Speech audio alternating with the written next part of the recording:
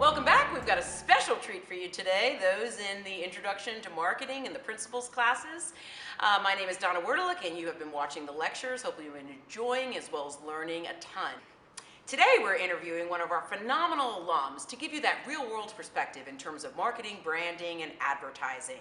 I'm thrilled today to bring to you Lauren Prociv, who is both an undergrad and master's grad of the Pamplin College of Business. She now works as a strategic planner at the Martin Agency. We're going to go through a couple of questions, so come with me and meet amazing Lauren Prociv, and feel free to look her up, reach out to her, and talk to her about any of these aspects. And in her busy, crazy world, if she has time to respond, she will. Thanks. So Lauren, as you know, we live in this bubble of Blacksburg, and everyone thinks undergrad, then grad, PhD, the world. Does everyone need to go to grad school after they've finished? What is your thoughts based on your journey and overall what you're seeing in the industry today? Sure. I would say the answer is always, it depends.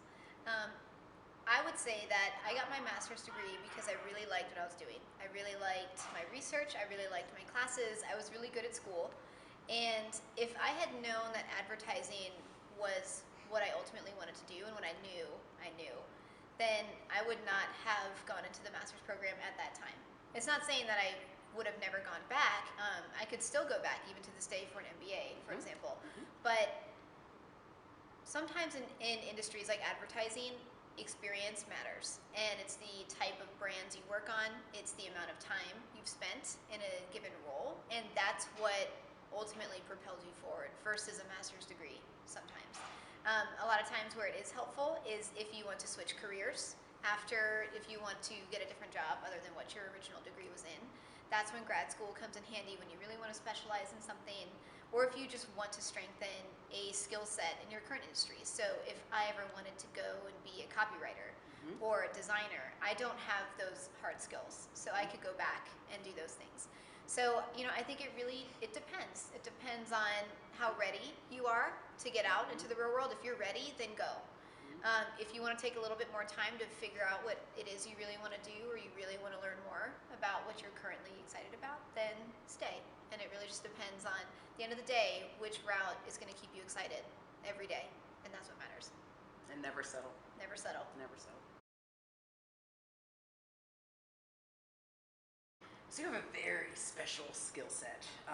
And I always try to share with students that you've got the core of marketing, but what else can you add in? So as you were unleashing your Prociv power into this world, you have the ability to be right brain and left brain, where you have your aspect in terms of analytics and all quantitative statistics and really understanding that so well, but then infusing your creativity. So how did really bridging those together assist you in your career aspirations, and how did that make you stand out a little bit?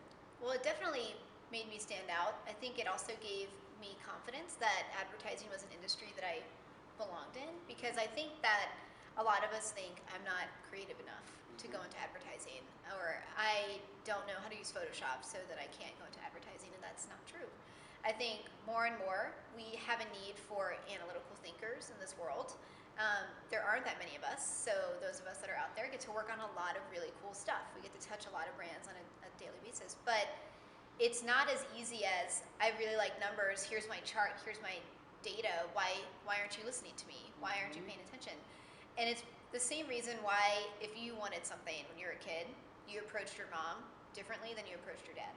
It's just like when you take data, if you're approaching a PhD person versus a copywriter or designer, you need to take that data and you need to position it and present it in different ways depending on who you're talking to. So that was definitely something that I had to learn, coming from a very I love my charts and look at my Excel spreadsheet, isn't it pretty? That's not gonna get anybody to pay attention to what you're trying to tell them. Yes, objective data is what will help you at the end of the day. So sometimes you have to look at work and you have to call the baby ugly. And it's easier to do that with a data point than saying, I feel. So there's obviously that. But the other side of it is, how do I take this data and create a metaphor, just like I just did, your mom versus your dad? How do you pair it with a famous quote, or pair it with a parallel to a movie or a music video? Then that's what will help bring your insight to life in the manner in which the person who's receiving that information will receive it and will remember it and it will stick. So it really just, it depends. It's just all about know your audience when you're presenting the data. That's critical. That's critical. And I think as we go through with the next generations and the visually compelling, that they're used to seeing everything, less words, more visuals, Sure. understanding that really quickly, whether it's elementary students or middle school or high school. So I think that aspect of really building in data and analytics are really interesting, but everyone's going to look at it and really want a simplified answer very, very quickly. Everything you're drilling down from this big data. So I think that's a great point, and creativity being obviously ahead of the game for your field and really showcasing that and bridging them together is just phenomenal. Sure. It's something, tips that everyone should take. Yeah. Great point.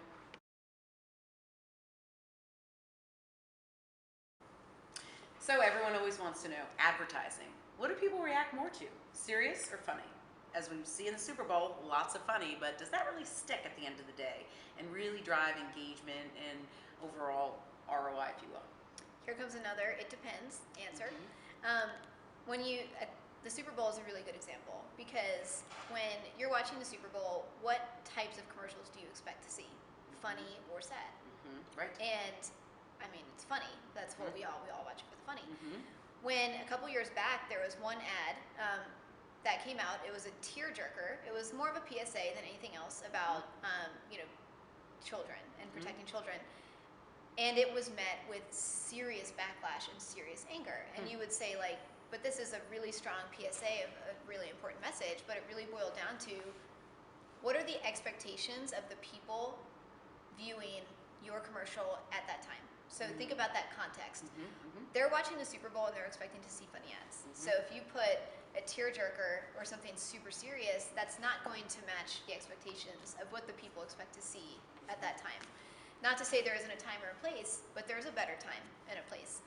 And not to say that serious ads don't resonate, because they certainly do. When you think about, I think Dodge did something a couple years ago about farmers, and it was really serious. Look at all the Clint Eastwood work that he's done for Chrysler. Right. It's very anthemic. Yes. It's very emotionally charged, and it's sticky. I like to use that word, sticky, meaning people remember it.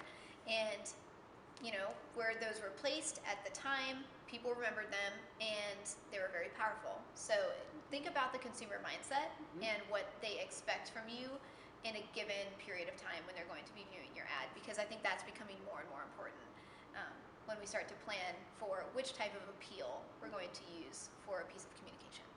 I think that's a phenomenal insight, and I think oftentimes people always say, and the biggest, hottest word now is, you've got to have great content, you've got to have great content, but you brought something up a little earlier today and said, great content, but in the right context. Yes. And I think that is so critical, and the Super Bowl relates to that in terms of the expectations, what it is, and what context people are seeing things, and what that, from a psychological consumer behavior perspective, what are they expecting, and how can you give them, as they say, everything they want, and maybe something they never expected, and really surprise and delight them, but delivering it to that. So it's really... And we call this discipline of planning user experience planning, or UX planning. Which is a huge job industry that's, exploding. And lots of, I had a recent student that said, I want to be a UX designer, and then an alum said, oh, we're looking for one, so that kind of fused together, which was wonderful. That's great. But, I think it really is understanding this experience and what can be expected, and going through that and really testing tried and true, and not just the assumption of, oh,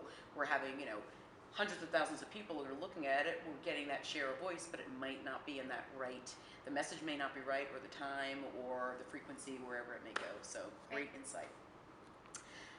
Okay. Well, so this is more of a philosophical one, but I know I could answer with several people. But if you could pick anyone for an hour ride in an Uber to ride with, who would it be and why? Well, it's two people. It's the Wright brothers, Wilbur and Orville. I grew up in Dayton, Ohio, which is where the Wright brothers are from. So I was exposed to flight and aviation on a regular basis.